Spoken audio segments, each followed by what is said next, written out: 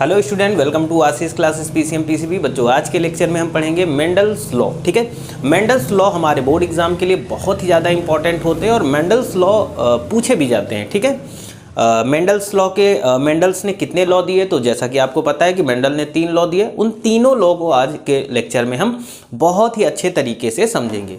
सबसे पहले अगर हम बात करते हैं बच्चों, जो फर्स्ट लॉ होगा मेंडल्स लॉ कि अगर हम बात करते हैं, उसमें जो पहला लॉ हमें पढ़ना है वो है लॉ ऑफ डोमिनेंस। ठीक है, लॉ ऑफ डोमिनेंस बहुत इंपॉर्टेंट लॉ है और ये मेंडल ने दिया। ठीक है, लॉ ऑफ डोमिनेंस होता क्या है, इसको हम बहुत ही डिटेल में समझेंगे बच्चों, बहुत ही इंपॉर्टेंट लॉ है। ठीक है, इसको समझते हैं। पहला पॉइंट है the law of dominance was given by ग्रीगर Mendel. ठीक है, तो ये आपको पता है कि जो लॉ ऑफ डोमिनेंस था उसे किसने दिया, तो मेंडल ने दिया। ग्रेगर जॉन मेंडल इनका पूरा नाम था, है ना। The law of dominance state that when parent with pure contrasting traits are cross together only one form of traits appear in the next generation. ठीक, इसको समझेंगे। ठीक, the trait which appears in the next generation is known as dominant traits। ठीक, dominant traits। okay, the traits that do not express is called recessive trait। यानी वो character वो traits जो next generation में ना दिखाई दे उनको रिसेसिव ट्रैट्स बोलते हैं। और this experiences only in homozygous condition. देखो, लॉ ऑफ डोमिनेंस बच्चों हमें ये बताता, मेंडल ने अपने लॉ ऑफ डोमिनेंस में ये बताया कि अगर हम 2 ट्रैट्स ले लेते हैं, ठीक है, 2 ट्रैट्स ले लेते हैं और उनके बीच में अगर क्रॉस ओवर कराते हैं, क्रॉसिंग कराते हैं, 2 ट्रैट्स ले लिए, सपोज कर लेते हैं कि हमने एक टॉल प्लांट ले लिया और एक ड्रॉफ प्लांट ले लिया, यानी एक लंबा पौधा ले लिया और एक बौना पौधा ले लिया, और उनके बीच में हमने क्या कराया, क्रॉसिंग कराई। तो बच्चों, जब हम क्रॉसिंग कराते हैं तो उस कंडीशन में क्या होगा, जो F1 जनरेशन में प्लांट बनेंगे, उस F1 जनरेशन में जो कैरेक्टर या जो ट्रैट्स हमें दिखाई देगा वो डोमिनेंट कैरेक्टर हो जाएगा, और F1 जनरेशन में जो कैरेक्टर नहीं शो होंगे वो हमारे क्या हो जाएंगे, वो हमारे रिसेसिव कैरेक्टर्स होंगे। और ये कंडीशन कहां पर अप्लाई हो जाती है बेटा, होमोजाइगस कंडीशन में। ठीक है, it expresses only in homozygous. देखो समझो एग्जांपल के थ्रू, हमने क्या लिया बेटा, हमने ले लिया एक कैपिटल टी जिसको हमने टॉल प्लांट ले लिया। ठीक है, कैसा प्लांट, टॉल प्लांट ले लिया। ठीक, और हमने ले लिया स्मॉल टी आपको पता है कैसा प्लांट है, ड्रॉफ प्लांट है, मतलब बौना पौधा। तो हमने एक लंबा पौधा ले लिया और हमने क्या ले लिया, बौना पौधा ले लिया। ठीक, देखो जब इनमें क्रॉसिंग कराई जाएगी, ठीक है, जब इनमें क्रॉसिंग कराई जाएगी तो देखो यहां पर क्या होगा, कैपिटल टी होगा, और यहां पर इनके जो गैमीट होंगे वो स्मॉल टी और स्मॉल टी होगा। ठीक है, तो देखो बच्चों, जब इसमें क्रॉसिंग ओवर कराया जाएगा तो देखो यहां पर हमने क्या लिया, एक तो हमने टॉल प्लांट ले लिया और इधर ड्रॉफ प्लांट ले लिया, यानी बौने पौधे ले लिए। इस तरीके से ये टॉल प्लांट है, और इनमें देखो जब क्रॉसिंग ओवर ओवर कराया गया, जब इनमें क्रॉसिंग कराया गया तो क्या बना, कैपिटल टी स्मॉल टी एक बन गया।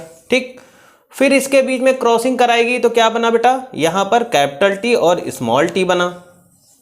ठीक है, फिर इसका इससे कराया गया तो क्या बना, कैपिटल टी स्मॉल टी बना, है ना। और फिर इसका इससे कराया गया क्रॉसिंग तो यहां पर क्या बना, कैपिटल टी स्मॉल टी। ठीक, तो बेटा हमने F1, इसको बोलेंगे F1 जनरेशन। क्या बोलेंगे, F1 जनरेशन। हमने F1 जनरेशन में देखा कि जितने भी प्लांट बन रहे थे वो सभी क्या थे, वो सभी बेटा कैसे थे, टॉल प्लांट थे। कैसे थे, टॉल प्लांट थे। और इन्हीं टॉल प्लांट को ही हमने क्या बोला, इन्हीं टॉल प्लांट को ही, जो इनमें टॉलपन का कैरेक्टर था वही हमारा डोमिनेंट कैरेक्टर है। ठीक है, वही क्या बेटा, वही है हमारा वही हमारा डोमिनेंट कैरेक्टर है। ठीक है, ठीक भाई, देखो हमने यहां पर प्लांट कैसे लिए थे, एक तो टॉल प्लांट यानी लंबा पौधा लिया था और एक बौना लिया था। लेकिन जब इनमें क्रॉसिंग ओवर हुई तो F1 जनरेशन में, यानी बेटा देखो F1 जनरेशन, ये F1 जनरेशन है, F1 जनरेशन में हमें सारे के सारे प्लांट कैसे दिख रहे हैं, तो यहां पर आप देख रहे होगे F1 जनरेशन में सभी के सभी प्लांट कैसे हैं, टॉल है। तो जो टॉलपन शो हो रहा है, जो टॉलपन, जो लंबापन दिखाई दे रहा है F1 जनरेशन में, यही बेटा डोमिनेंट कैरेक्टर होता है, जो दिखाई दे और जो ना दिखाई दे। अब देखो हमने इसमें ड्रॉफ प्लांट भी लिया था, तो ड्रॉफ प्लांट में क्या हमें ड्रॉफ का कैरेक्टर दिखा यहाँ F1 जनरेशन में, तो हमें ड्रॉफ का कैरेक्टर यानी बौनेपन का एक भी कैरेक्टर नहीं दिखा। तो जो कैरेक्टर ना दिखे वो रिसेसिव कैरेक्टर हो जाएगा। एग्जाम्पल और देख लेते हैं, और एग्जाम्पल देखो यहाँ पर जैसे हम समझ लेते हैं क्या, कंसीडर 2 पेरेंट पी प्लांट, हम 2 पी प्लांट ले लेते हैं। एक प्लांट ऐसा लेते हैं जिसमें क्या होता है कि जो कि ग्रीन सीड है, हमने ले लिया, एक ग्रीन सीड का प्लांट ले लिया, ठीक है, ये कैपिटल जी हो गया ग्रीन सीड का प्लांट, विथ येलो सीड, एक हम येलो सीड का ले लेते हैं जो जिसको हमने स्मॉल जी से रिप्रेजेंट किया बेटा, है ना। तो when these 2 P plants are cross, जब इन दोनों में बेटा क्या कराया गया, क्रॉस कराया गया, the next generation is produce. तो कॉमन सी बात है, इसमें क्या होगी, नेक्स्ट जनरेशन बनेगी, कैपिटल जी स्मॉल जी, है ना, कैपिटल जी स्मॉल जी, ऐसे करके कैपिटल जी स्मॉल जी, कैपिटल जी स्मॉल जी, ये नेक्स्ट जनरेशन बनेगी। तो क्या होगा, the next generation plant have green seeds. तो देखो नेक्स्ट जनरेशन में जितने भी प्लांट बने, ये प्लांट जो बेटा बने, ये सभी कैसे होंगे, ये ग्रीन सीड होंगे, ठीक है, ग्रीन सीड बने, है ना, ग्रीन सीड ओनली, दस the green seed is dominant character. अब इसी को बोल सकते हैं जो ग्रीन सीड बना यही डोमिनेंट कैरेक्टर, और हमने जो येलो लिया था वो F1 जनरेशन में नहीं दिखा, तो हम कह सकते हैं कि वो रिसेसिव कैरेक्टर है। हम थोड़ा सा और एग्जांपल के थ्रू समझते हैं इसको, और बेटर हम समझने की कोशिश करते हैं। सपोज करो यहां पर ले लिया कोई मेल है, ठीक, ये कोई मेल ले लिया जो कि बहुत ही ज़्यादा ऐसे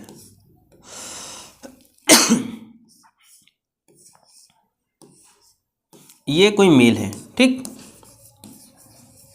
है ना, ये मेल है, और ये कैसा है, बहुत ही ज़्यादा गोरा है ना, ये बहुत ही ज़्यादा गोरा व्यक्ति है, ठीक। मैं सिर्फ समझाने की कोशिश कर रहा हूँ कि डोमिनेंट और रिसेसिव कैरेक्टर होते क्या है। दूसरा देखो हमने यहाँ पर क्या ले लिया, एक फीमेल ले लिया, एक यहाँ पर ये फीमेल ले रहा हूँ मैं, क्या ले रहा हूँ, फीमेल ले रहा हूँ। तो यहाँ पर ये जो फीमेल मैंने ली है ना, ठीक है, ये यहाँ पर फीमेल है, ठीक। अब ये फीमेल जो है ये ब्लैक है, काली है, ठीक है, ये काली है, ठीक। अब इनमें क्रॉसिंग ओवर कराया जाए, क्रॉसिंग ओवर तो इनमें होगा नहीं, मतलब इनकी जो नेक्स्ट जनरेशन, सपोज करो इनमें फर्टिलाइजेशन हुआ, इसका स्पर्म हुआ और इसका एग हुआ, ठीक है। अब इनमें क्या हुआ, फर्टिलाइजेशन हुआ, तो फर्टिलाइजेशन होने पर सपोज करते हैं कि यहाँ पर क्या हुआ कि यहाँ पर जो छोटू बने, यहाँ पर जो छोटा बच्चा बनेगा, है ना, ठीक है, ये जो छोटा बच्चा बना वो कैसा हुआ, वो हो गया बहुत ही ज़्यादा गोरा। क्यों, क्योंकि गोरा हुआ, ये F1 जनरेशन है। अब गोरा हुआ तो मतलब सारे कैरेक्टर किसके हैं, तो सारे के सारे कैरेक्टर उसके फादर के मिले, फादर के कैरेक्टर के, वो बच्चा कैसा हुआ, गोरा हुआ। तो ये गोरापन जो F1 जनरेशन में इसमें देखने को मिला वो डोमिनेंट कैरेक्टर है। अब यहाँ पर इसमें जो ब्लैक यानी उसकी जो मदर थी वो काली थी, वो कैरेक्टर यहाँ पर नहीं देखने को मिला, तो वो कैरेक्टर क्या हो गया, रिसेसिव हो गया। सपोज करो यहाँ पर मान लेते हैं कि यहाँ पर अब यहाँ पर अगर हम मान लेते हैं कि यहाँ पर जो बेबी बनता वो बहुत ही ज़्यादा ब्लैक होता, डार्क होता, ये अगर डार्क होता, तो अगर डार्क होता तो करेक्टर किसके आगे, मदर के आगे। तो जो करेक्टर F1 जनरेशन में दिखाई दे वो हमारी क्या हो जाएगी, वो डोमिनेंट करेक्टर। यही मेंडल ने बताया, मेंडल ने ये बताया कि जो करेक्टर हमें दिखाई दे नेक्स्ट जनरेशन में वो हमारा डोमिनेंट कैरेक्टर होगा, और जो कैरेक्टर ना दिखाई दे वो रिसेसिव कैरेक्टर होगा। इसीलिए मेंडल ने क्या किया कि सबसे पहले एक टॉल प्लांट लिया और एक ड्रॉप प्लांट किया, किसका, मटर का यानी पी का, और उनके बीच में क्रॉसिंग ओवर कराई। तो जब क्रॉसिंग ओवर कराई तो उसमें क्या देखने को मिला, मेंडल को ये देखने को मिला कि F1 जनरेशन में जितने भी प्लांट बन रहे थे वो क्या थे, सारे के सारे टॉल प्लांट थे, लंबे प्लांट थे, ठीक है। तो इससे मेंडल ने ये कंक्लूजन निकाला, ये निष्कर्ष निकाला कि जो भी ये कैरेक्टर देखने को मिल रहे हैं ये सभी क्या हैं, डोमिनेंट कैरेक्टर हैं, है ना। और जो उन्होंने ड्वार्फ प्लांट लिया था, जो बौना पौधा लिया था, उसका एक भी प्लांट या उसके कैरेक्टर F1 जनरेशन में नहीं देखने को मिले, तो मेंडल ने उसे बताया कि ये रिसेसिव कैरेक्टर हैं। मेरे हिसाब से आपको लॉ ऑफ डोमिनेंस समझ में आया होगा, बहुत इंपॉर्टेंट लॉ है। वही सारी चीज़ें यहाँ पर थ्योरी में लिखी जो मैंने आपको बताई, नोट कर लो, फिर उसके बाद हम लोग आगे चलते हैं। बहुत इंपॉर्टेंट है बेटा, है ना। आगे चलते हैं, इसके बाद बात करते हैं सॉरी अब हम बात करेंगे बेटा law of segregation. Law of segregation आपको पता है कि बहुत इंपॉर्टेंट है ना। ये मेंडल के तीनों लॉ बहुत इंपॉर्टेंट है। लॉ ऑफ सेग्रीगेशन है क्या, पहले हम इसको पढ़ेंगे, फिर बहुत ही अच्छे से समझेंगे। तो चलिए मेरे साथ आप भी पढ़ते जाइएगा। The law of segregation state that the two alleles of a pair segregate are separate during gamete formation, okay, are meiosis cell division such that only one allele will be present in each gamete, ठीक। आगे देखो, the law of segregation can be deduced from the monohybrid cross where a cross is performed between a pure tall pea plant and dwarf pea plant, ठीक है। इसको समझ जाइए, अभी हम नए डायग्राम से समझाऊंगा। The plant of F1 generation are all hybrid tall। हमें पता था, ये तो हमें पहले पता था कि F1 जनरेशन में जितने भी प्लांट बने थे वो सारे कैसे थे, टॉल थे, जिसको हम लोग capital T small T through they have receive the factor gene for dwarfness, ठीक। If the hybrid are allowed to self pollinate, है ना, अगर उनको सेल्फ पॉलिनेट के लिए अलाउड किया जाए, then the plant of second final or F2 generation appear to have both tall and dwarf in phenotypic ratio 3:1। कहानी क्या है, इसको भी डायग्राम से समझेंगे, ठीक। Further self breeding of these F plant so that the dwarf plant bred true and produce only dwarf plant capital T small t, although amongst tall plant 1/3 breed true produce only tall plants जो capital T हैं, the remaining 2/3 of F tall plant behave the hybrid small t capital T small t and produce both tall and dwarf 1:1 in the ratio if 3:1। कहानी क्या होती समझो पूरा। देखो आपको पता है बेटा क्या कि हमने जब F1 जनरेशन में क्या देखा था, हमने लॉ ऑफ डोमिनेंस में ये देखा था कि जो हमने टॉल और ड्वार्फ प्लांट के बीच में क्रॉसिंग ओवर कराई, तो उससे क्या हुआ, हमें मिला सारे के सारे टॉल। F1 जनरेशन में हमें टॉल प्लांट मिले, ठीक। अब हम क्या करेंगे कि वही टॉल प्लांट, देखो यहां पर क्या हुआ था, F1 जनरेशन में टॉल प्लांट लिया था, ड्वार्फ प्लांट लिया था, लेकिन F1 जनरेशन में हमें क्या मिला था बेटा, टॉल प्लांट मिले थे, सारे के सारे टॉल जो कि हेट्रोजाइगस थे। अब F2 जनरेशन में हम क्या करेंगे, उसी टॉल प्लांट के बीच में फिर से क्या करेंगे, उसी टॉल प्लांट के बीच में हम क्या करेंगे बेटा, फिर से क्रॉसिंग कराएंगे, है ना। और इस बार जो क्रॉसिंग होगी यहां पर अगर हम बात करें अलाउ द सेल्फ पॉलिनेशन, ठीक। हमने F1 जनरेशन के बने हुए दोनों टॉल प्लांट ले लिए, ठीक। हमने यहां पर देखो क्या ले लिया, कैपिटल टी स्मॉल टी, है ना, और यहां पर ले लिया कैपिटल टी स्मॉल टी। ये F1 जनरेशन के बने हुए ही हमने प्लांट लिए, कुछ भी अलग नहीं लिया, ले लिया, ठीक। कहानी देखते हैं आगे की। अब इसमें क्या हुआ कि इसमें ये मेल गैमिट है और ये फीमेल गैमिट है।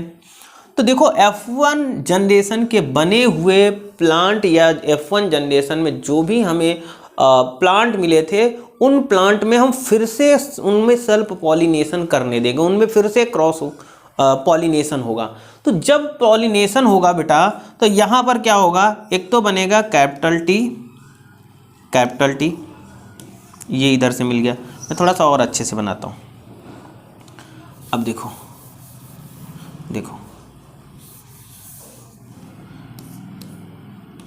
कैपिटल टी स्मॉल टी ले लिया गया, और इधर भी हमने F1 जनरेशन में बने हुए, फिर से इनमें देखो सेल्फ पॉलिनेशन होगा। ठीक, तो देखो यहाँ पर क्या होगा, ये कैपिटल टी आ जाएगा इधर, और ये स्मॉल टी आ जाएगा।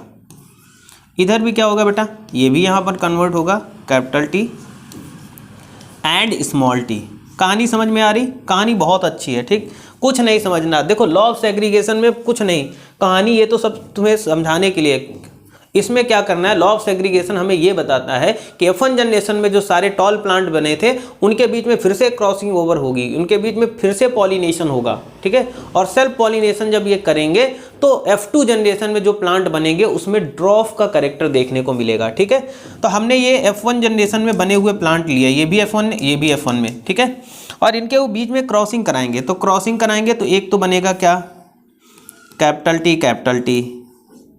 ठीक, फिर क्या बनेगा, दूसरा बनना है, देखो दूसरा एक तो ये हुआ कैपिटल टी बन जाएगा, और एक क्या बन जाएगा, कैपिटल टी स्मॉल टी बनेगा। ठीक, यानी कैपिटल टी और स्मॉल टी बन गया। ठीक, तीसरा क्या बना, देखो यहाँ पर कैपिटल टी और स्मॉल टी बन जाएगा, और एक कैपिटल टी और स्मॉल टी बन जाएगा।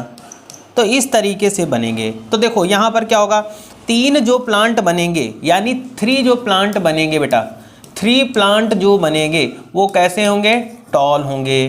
ठीक है, और जो एक प्लांट बनेगा ये वाला है ना, जो एक प्लांट बनेगा वो एक प्लांट कैसा बनेगा, एक प्लांट होगा ड्रॉप बनेगा। मतलब क्या होगा, 3 इनका जो रेशियो आएगा वो 3:1 का आएगा। मतलब 3 पौधे कैसे बनेंगे, टॉल बनेंगे, और एक बनेगा ड्रॉप, यानी जिसे हम हिंदी में बोलते हैं बौना। ठीक है, तो लॉ ऑफ सेग्रीगेशन बेटा हमें क्या बताता है, लॉ ऑफ सेग्रीगेशन ये बताता है कि अगर F1 जनरेशन में बने हुए प्लांट के बीच में फिर से उनमें अगर पॉलिनेशन हो, है ना, उनमें अगर क्रॉसिंग कराई जाए या पॉलिनेशन हो, और कैसा, देखो यहाँ पर बताया गया, if they hybrid are allowed to self pollinate then the plant of second final generation appear to have both, है ना। मतलब देखो F1 जनरेशन के बने हुए प्लांट के बीच में अगर सेल्फ पॉलिनेशन फिर से हो, तो पॉलिनेशन जब सेल्फ पॉलिनेशन हो जाएगा तो उसमें क्या होगा, जो F2 जनरेशन में बच्चों प्लांट बनेंगे उसमें क्या होगा, दोनों कैरेक्टर दिखाई देंगे। ठीक है, दोनों का मतलब टॉलपन भी दिखेगा और ड्रॉपपन भी दिखेगा। लेकिन इसमें क्या देखने को मिला कि 3 प्लांट ऐसे थे जो टॉल थे और एक प्लांट ऐसा था जो कि ड्रॉप था। ठीक है, यही बताया गया है सेकेंड लॉ यानी लॉ ऑफ सेग्रीगेशन में। ठीक है, यहां तक किसी को कोई दिक्कत नहीं होगी। बेटा बात करते हैं लॉ ऑफ इंडिपेंडेंट असॉर्टमेंट। ठीक है, इंपॉर्टेंट लॉ है ना, ये थर्ड लॉ है मेंडल्स का थर्ड लॉ, और इम्पॉर्टेंट है, इसको रट लीजिएगा, बहुत बार पूछा गया है बोर्ड एग्जाम में। ठीक है, बहुत ही इंपॉर्टेंट है बेटा। आगे चलते हैं, हम बात करते हैं लॉ ऑफ इंडिपेंडेंट असॉर्टमेंट। पहले पढ़ते हैं फिर समझते हैं। इन दिस लॉ क्या, इसमें क्या स्टेट किया गया, according to this law the allele of 2 pair, यानी 2 पेयर के एलील ऑफ ट्रैट सेपरेट, चलो भाई सेपरेट कर लेते हैं, independently of each other during gamete are spore formation get randomly arranged in the offspring at the time fertilization producing both parental and new combination. देखो यहाँ पर बात करते हैं सेल्फ इंडिपेंडेंट। यहाँ पर क्या होता है कि जब भी इसमें क्रॉसिंग होगी या फर्टिलाइजेशन होगा तो इसमें जो जीन होते हैं वो अपना सेल्फ ट्रांसफर होते हैं, इसीलिए इसको बोलते हैं सेल्फ असॉर्टमेंट। वही बताया गया according to this law alleles of 2 pairs, यानी 2 पेयर के एलील ऑफ ट्रेट सेपरेट होते हैं इंडिपेंडेंटली, है ना। मतलब यहाँ पर अगर हम बात करते हैं एलील ऑफ 2 पेयर ट्रेट, जो एलील होगा बेटा इसमें क्या होता है, एलील्स ऑफ 2 पेयर्स थ्रेड्स क्या होगा? सेपरेट। कैसे सेपरेट होंगे? तो वो इंडिपेंडेंटली अपना स्वतंत्र पूर्वक क्या होते हैं? सेपरेट होते हैं ईच अदर, एक दूसरे से, ठीक है। ड्यूरिंग गैमीट और स्पोर फॉर्मेशन, यानी स्पोर फॉर्मेशन या गैमीट फॉर्मेशन के समय में जो एलील्स होते हैं, उनके जो पेयर ऑफ थ्रेड्स होते हैं बेटा, वो क्या होते हैं? इंडिपेंडेंटली अलग होते हैं, ठीक है। These are occurrence of 2 important event. कौन कौन सी? First, separation of allele of 2 pair of threads independently of each other, ये आप समझ रहे हो, ड्यूरिंग गैमीट और स्पोर फॉर्मेशन। सेकेंड, दूसरा क्या पहले में क्या होता है कि इनके जो एलील्स ऑफ थ्रेड्स होते हैं वो अलग हो जाते हैं अपना independently. Second is rearrangement of allele, यानी रैंडम यूनियन ऑफ एलील्स और offspring at the time of fertilization. उसके बाद में जो एलील्स होते हैं उनका जो रीअरेंजमेंट होता है फर्टिलाइजेशन के टाइम पे, वो भी क्या होता है? वो होता है। This law can be explain with the help of dihybrid cross. इस लॉ को हम डाई हाइब्रिड क्रॉस के थ्रू एक्सप्लेन करेंगे। यहाँ पर एग्जाम्पल के थ्रू हम समझेंगे। हम एग्जाम्पल के through law of independent assortment को समझते हैं। एग्जाम्पल क्या है? Dihybrid cross.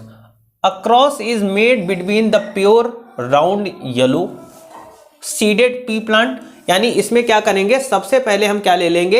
एक pure round yellow seeded P plant ले लेंगे, ठीक है, जिसे हम लोग कैपिटल आर और कैपिटल वाई से रिप्रेजेंट करेंगे।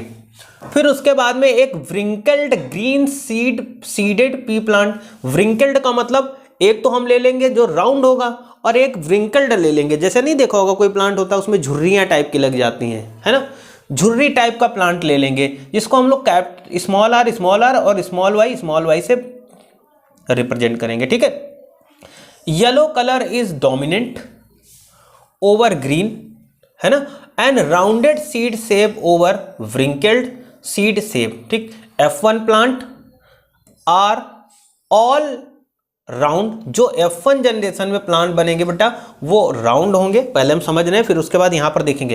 एंड येलो सीडेड, और कैसे होंगे? येलो, पीले रंग के होंगे। F1 plant are allowed to self breed and produce F2 generation. और F1 में जो बनेंगे प्लांट, वो सीड्स जो बनेंगे F1 में, वो क्या होंगे? वो सेल्फ ब्रीड करेंगे और फिर क्या करेंगे? F2 generation 4 types of plant rounded yellow. फिर उसके बाद में F2 जनरेशन में 4 प्रकार के येलो, यानी 4 टाइप्स राउंडेड येलो बनेंगे। Rounded green, wrinkled yellow, wrinkled green, है ना, इन द रेशियो ऑफ 9:3:3:1, इस रेशियो में बनेंगे। Each of the character if considered separately so a ratio is of 3:1 as found in monohybrid cross. कहानी देखो, diagram से समझो। सबसे पहले हम बेटा क्या ले लेंगे? यहां पर सबसे पहले क्या करेंगे? Pure rounded. मैं कलर चेंज कर लेता हूं, कोशिश करता हूं।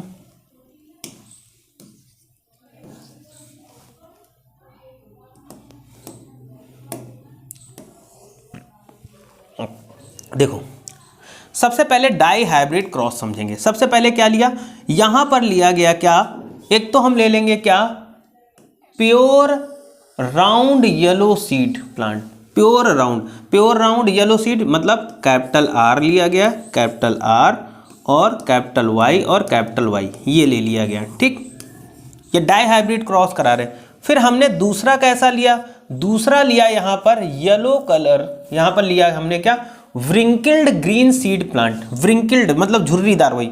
तो इसमें लिया हमने स्मॉल आर, स्मॉल वाई और स्मॉल वाई, हमने इस प्रकार से रिप्रेजेंट कर लिया, ठीक। अब इनके बीच में जब क्या हुआ, ये ले लिया। देखो भाई यहां पर क्या पूछा? Cross made between the pure round yellow हमने ले लिया बेटा। उसके बाद में हमने क्या लिया? यहां पर wrinkled green seed P plant ले लिया, व्रिंकल्ड, है ना, व्रिंकल्ड सीडेड पी प्लांट ले लिया। Yellow colour is a dominant over a green rounded shape over the wrinkled seed. F1 plant are round yellow. ठीक, अब देखो, अब इनके बीच में पॉलिनेशन हुआ होगा।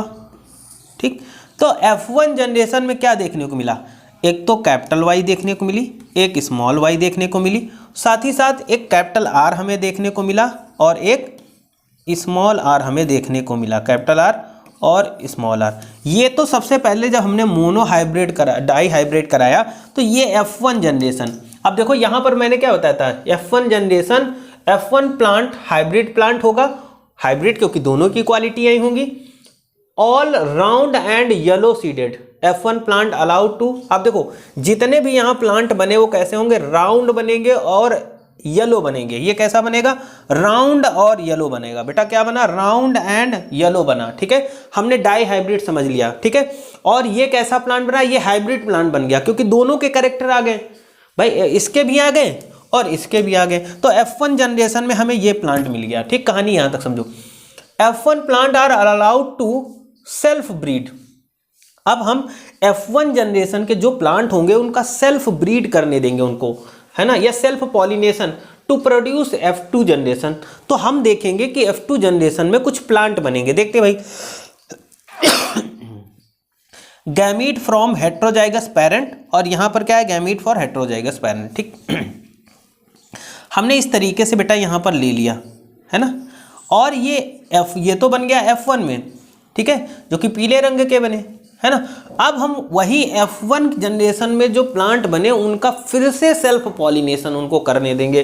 तो जब हम उन्हें सेल्फ पॉलिनेशन करेंगे तो देखो कुछ इस तरीके से होगा, ये इसके साथ करेगा, यानी क्या बनेगा, capital Y capital Y, capital R. यहाँ पर क्या बनेगा, यहाँ पर कैपिटल वाई स्मॉल वाई और कैपिटल आर। यहाँ पर क्या बन गया, ये इस तरीके से क्रॉसिंग हो रही बेटा। देखो यहाँ पर बना capital Y Y, capital R small R, capital Y small Y, capital R small R यहाँ पर।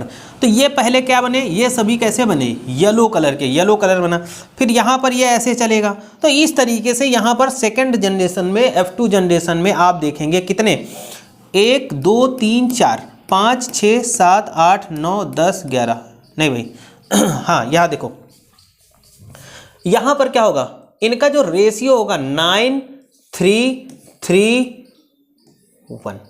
ठीक, कैसे, यहां पर देखो F2 जनरेशन में क्या होगा, 4 type of plant round yellow. ठीक है, 4 जो प्लांट बनेंगे बेटा, मैं यहां पर इसको इरेज कर रहा हूं थोड़ा सा,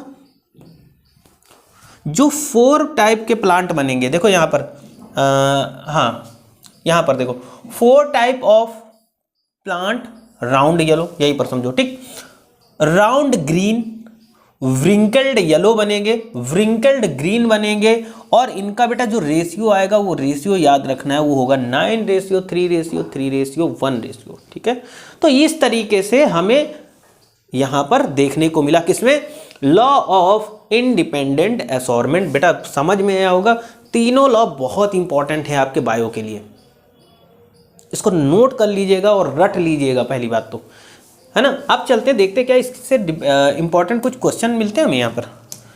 चलो इस चैप्टर से रिलेटेड कुछ क्वेश्चन देख लेते हैं, और पहला क्वेश्चन और इंपॉर्टेंट क्वेश्चन देखो क्या है। Why did Mendel select pea plant for his experiment? बच्चों एक क्वेश्चन बार बार पूछा जाता है आपके बोर्ड एग्जाम में कि मेंडल ने अपने एक्सपेरिमेंट में पी प्लांट क्यों लिया, गेहूं ले लेते, चना ले लेते, दाल का ले लेते। तो इसका मेन कारण ये है कि बेटा एक तो पी प्लांट की 1 साल के अंदर उसकी हम कई सारी जनरेशन के बारे में, मतलब पी प्लांट 3 से 4 महीने में तैयार हो जाता है ना, और तो 1 साल में हम उसकी कई जनरेशन के बारे में स्टडी कर सकते हैं, पहला पॉइंट। दूसरा, पी प्लांट को हम कहीं पर भी उगा लेते हैं, गमले में अपना उगा लिया एक्सपेरिमेंट के लिए, या कहीं भी अपना उगा लेते हैं, तो इसलिए मेंडल ने अपना यूज़ किया। देखो पी प्लांट की अगर गार्डन पी की बात करें तो पाइटम सैटाइमम इसका साइंटिफिक नेम होता है, ये इंपॉर्टेंट पॉइंट है, याद रखना है, 1 मार्क्स में पूछा जाता है। ठीक है, या पूछा जा सकता है कि मेंडल ने अपना एक्सपेरिमेंट किस पे किया, तो आपको गार्डन पी पे टिक करना है। ठीक है, the garden pea was selected by Gregor John Mendel for his experiment. Mendel ने क्या किया बेटा कि इन्होंने क्या किया कि जो गार्डन पी थी उस गार्डन पी को अपने एक्सपेरिमेंट के लिए क्या किया, सेलेक्ट किया। Based on these studies only he propose principal of heredity, है ना, मेंडल्स एक्सपेरिमेंट। ठीक है, मतलब इन्होंने क्या किया कि इसकी स्टडी के बाद में इन्होंने क्या किया, इन्होंने प्रिंसिपल ऑफ हेरिटेंस दिए। ठीक है, principle of heredity, sorry principle of heredity दिए। ठीक है, मेंडल्स एक्सपेरिमेंट क्या थे?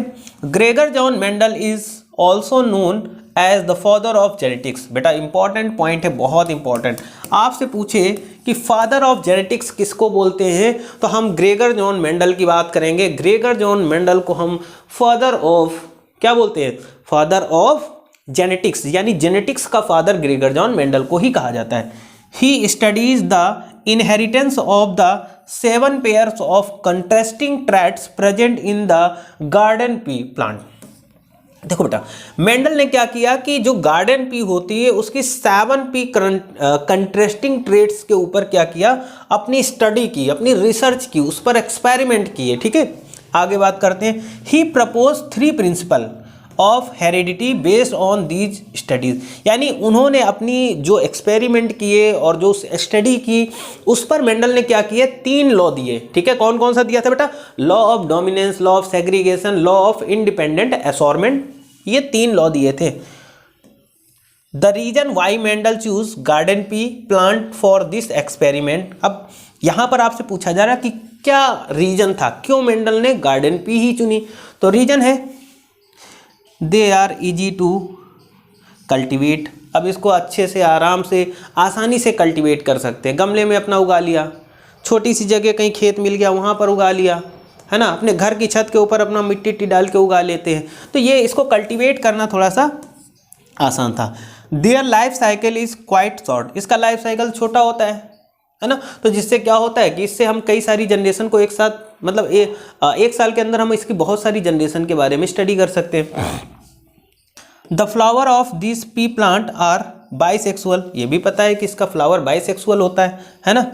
Beside performing self pollination this plant can undergo cross pollination if part form it perform on them. ठीक है, मतलब इसमें हम क्रॉस पॉलिनेशन भी करा सकते हैं। सेल्फ पॉलिनेशन तो होता है लेकिन क्रॉस पॉलिनेशन कराने में थोड़ी सी आसानी रहती है। अगला पॉइंट था बेटा, द ट्रू ब्रीडिंग या फिर pure plant can be easily obtain through self pollination. मतलब इसमें क्या होता है कि अगर हम सेल्फ पॉलिनेशन के थ्रू इसमें ईजिली से नया प्लांट मिल जाता है, क्योंकि ये सेल्फ पॉलिनेशन करने में ईजिली सेल्फ पॉलिनेशन कर लेते हैं। Their characteristics can be distinguished properly without any difficulty. देखो इनके कैरेक्टर्स को देखना या जानकारी लेना बहुत ही आसान था, है ना, इन पे एक्सपेरिमेंट करना थोड़ा सा आसान था। तो ये इनके क्या हुआ, distinguished property without any difficulty, sorry, तो बिना किसी प्रॉपर्टी के, बिना किसी डिफिकल्टी के हम इसके कैरेक्टर को आसानी से जान लेते थे। This means that the traits this plant can be easily observe, for example traits versus dwarf plant, tall versus dwarf plant. मतलब हम इसमें आराम से देख लेते हैं कौन सा लंबा पौधा है, कौन सा बौना पौधा है ना, कोई ड्रॉप हो गया, कोई टॉल प्लांट, तो ये हमें दिख जाता ना। मटर के पौधे बोएंगे तो कोई कम लंबाई हुई तो हम समझ गए ड्रॉप प्लांट है, और कोई बहुत ज़्यादा लंबा हो गया तो वो हम समझ जाएंगे उसके टॉल प्लांट है ना। तो ये कैरेक्टर वगैरह जो बेसिक नज़र से हमें दिखाई देते हैं उनको उन्हें देखने में थोड़ा सा आसानी हुई, इसलिए इन्होंने गार्डन पी का यूज़ किया। These plant process large flower. अब देखो आपको पता है कि मटर प्लांट पी प्लांट होता है तो उस पर ज़्यादा से ज़्यादा आपको फ्लावर देखने को मिलेंगे। देयरफॉर एंथर्स यानी जो कि मेल पार्ट होता है can be easily remove to flower cross with pollen from another flower. ठीक है, ये भी इंपॉर्टेंट पॉइंट है बेटा, है ना। आगे चलते हैं, तो यहाँ पर इस क्वेश्चन में आपको दिक्कत नहीं होनी चाहिए, छोटा सा क्वेश्चन पर इंपॉर्टेंट है। आगे एक बात करते हैं, which is universally accepted law of inheritance, यानी universally accepted law of inheritance कौन है? तो बेटा बात करते हैं, law of segregation is universally accepted law of inheritance. ठीक है, जो लॉ ऑफ सेग्रीगेशन है वो यूनिवर्सली एक्सेप्टेड लॉ है बेटा, जो कि पूछा गया है। It is only law without any exception, है ना। ये एक ऐसा लॉ है जिसमें कोई भी एक्सेप्शंस आपको नहीं दिखेगा। It is said that each trait consist of 2 alleles, है ना। ये बताता है कि जो ईच ट्रेट्स होता है वो 2 एलील से मिलकर बना होता है, which segregate during the formation of gamete, जो कि फॉर्मेशन गैमीट फॉर्मेशन के थ्रू क्या टाइम पे सेग्रीगेट होते हैं। And 1 allele form each parent combined during the fertilisation. ठीक है, इंपॉर्टेंट क्वेश्चन था, छोटा क्वेश्चन था। अगले क्वेश्चन की बात करते हैं बेटा।